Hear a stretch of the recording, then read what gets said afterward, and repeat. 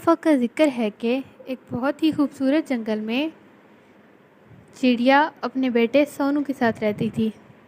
सोनू के वालिद का इंतकाल कुछ अरसे पहले ही हो गया था।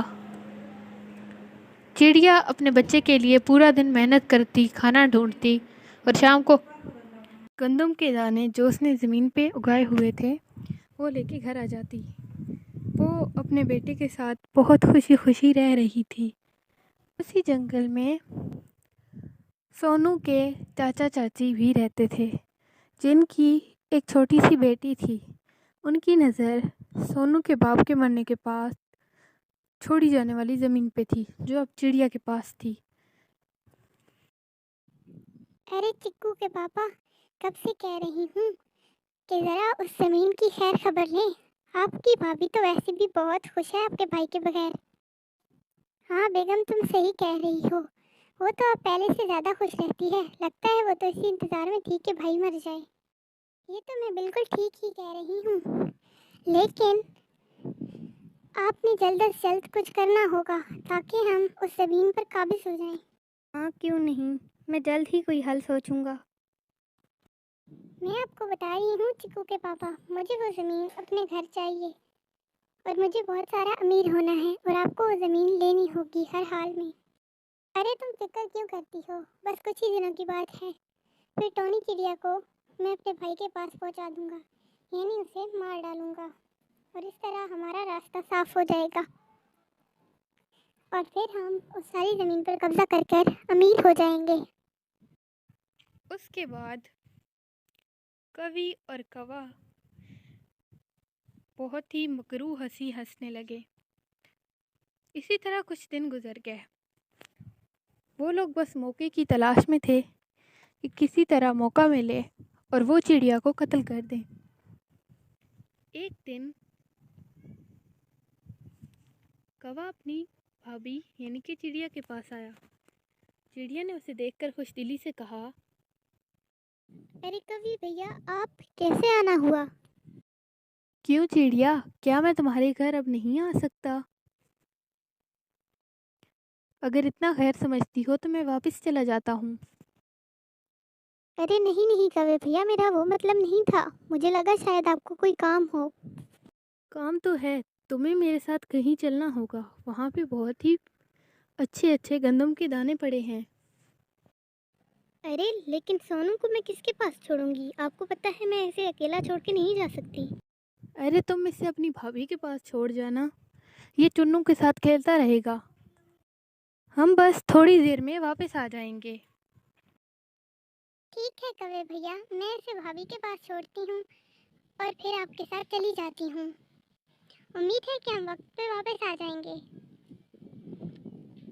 क्योंकि फिर वापस आके मैंने चुन्नू को सबक भी पढ़ाना है। के बाद वो चुन्नू को अपनी भाभी के घर छोड़कर खुद कौवे के साथ चली जाती है। वो उसे बहुत दूर एक जंगल में ले जाता है। वहाँ पहुँच के चिड़िया बोलती है, अरे कवि भैया, ये तो बहुत सुनसान जगह है, और तो और यहाँ पे तो कोई पक्षी भी नजर नहीं आ रहा, और मुझे तो गंदम के दाने नजर नहीं आ रहे। फिक्र ना करो चिड़िया, कुछ ही देर में तुम्हें सब कुछ पता चल जाएगा। जंगल सुनसान होने की वजह से चिड़िया थोड़ी घबरा गई। अरे सोच क्या रही हो, इसमें डरने वाली कोई बात नहीं है। बस मैं तुम्हारे साथ कुछ नहीं करूँगा, सिर्फ तुम्हें मार दूँगा। लेकिन कवि भैया, आप मुझे मारना क्यों चाहते हैं? रात को मेरे ख्वाब में भाई आए थे, तो मेरा दिल कर रहा है कि मैं भी तुम्हें उनके पास ही पहुंचा दूं, क्योंकि वो तुम्हारे बगैर उदास हैं। उसके बाद कौवा चिड़िया को मार देता है। चिड़िया तड़प तड़प कर चाकू लगने की वजह से मर जाती है। उसके बाद कौवा घर आ जाता है और अपनी बीवी को खुशखबरी सुनाता है, मार दिया मैंने चिड़िया को, अब हम मज़े से ज़िंदगी गुजारेंगे और अमीर हो जाएंगे। वो तो ठीक है, लेकिन ये सोनू की अजीब मुसीबत मुझ पे डाल दी। अब हम इसे कैसे पालेंगे? अरे तुम्हें तो खुश होना चाहिए, मुफ्त का नौकर हाथ आ जाएगा। हमें कमाना पड़ेगा ही नहीं, वो हमारे लिए खुद ही दाना ले आएगा। उसके बाद वो अपने भाई की सारी जायदाद पे कब्ज़ा कर लेता है और बहुत ही अमीर हो जाता है। लेकिन उसके बावजूद उसके अंदर से कंजूसी नहीं जाती। दूसरी तरफ तोती भी पूरा दिन घर में बैठ के आराम करती है, जबकि सोनू बेचारा उनके लिए खाना ढूंढ के लाता है। हालांकि उसे खाने के लिए कुछ मिलता भी नहीं है, लेकिन उसके बावजूद उसे तोती और तोती की बेटी के लिए खाना लेके आना पड़ता है।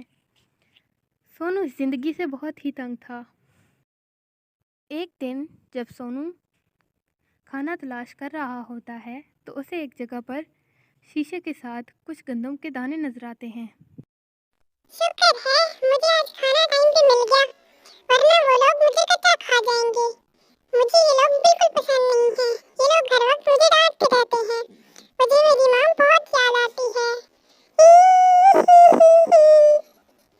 उसके बाद सोनू वो गंदम के दाने और वो शीशा लेके वापस चला जाता है और वहाँ जाकर तोते और तोती को खाना दे देता है। रात को तोता और तोती सो रहे होते हैं। सोनू को खाना ना खाने की वजह से नींद नहीं आ रही होती। वो शीशे में देख के बोलता है, मम्मी कहाँ हैं आप? मुझे आपकी बहुत याद आती है। ये लोग तो मुझे खाने को भी कुछ नहीं देते। तभी शीशे में उसकी माँ नमूदार होती है और उससे बोलती है, अरे सोनू बेटा, तुम क्यों रो रहे हो? सब ठीक तो है ना?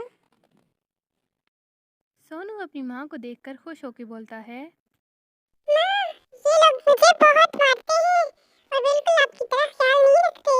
मुझे आपकी बहुत याद आती है। ये सुनकर टोनी चिड़िया बोलती है, बेटा, मैं यहाँ पे आपका बदला लेने ही आई हूँ। इन लोगों ने मुझे भी मार दिया और अब मैं इनको नहीं छोड़ूंगी। तोते और तोती को तो मैं मार दूंगी। ये आवाज़ सुन के तोते और तोती की आँख खुल जाती है और वो सोनू को देखकर बोलते हैं, अबे तू इतनी रात को उधर क्या कर रहा है?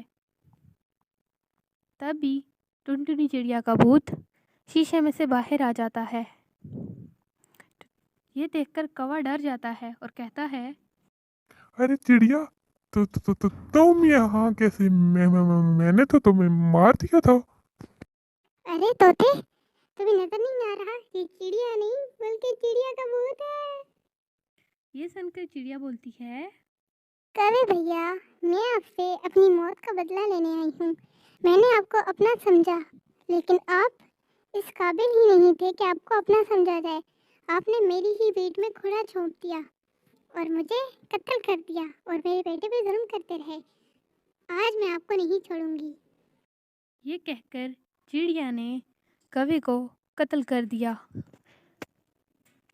और फिर अपना इंतकाम लेकर वहाँ से गायब हो गई। तोती ने बड़ी मिन्नतों मुरादों से अपनी जान छुड़ाई थी। उसके बाद वो सोनू और अपनी बेटी का बहुत अच्छे से ख्याल रखने लगी और तोती ने फिर कभी भी लालच में आकर किसी किस्म का कोई झगड़ा ना किया और लालची कौवे को उसकी सज़ा मिल गई।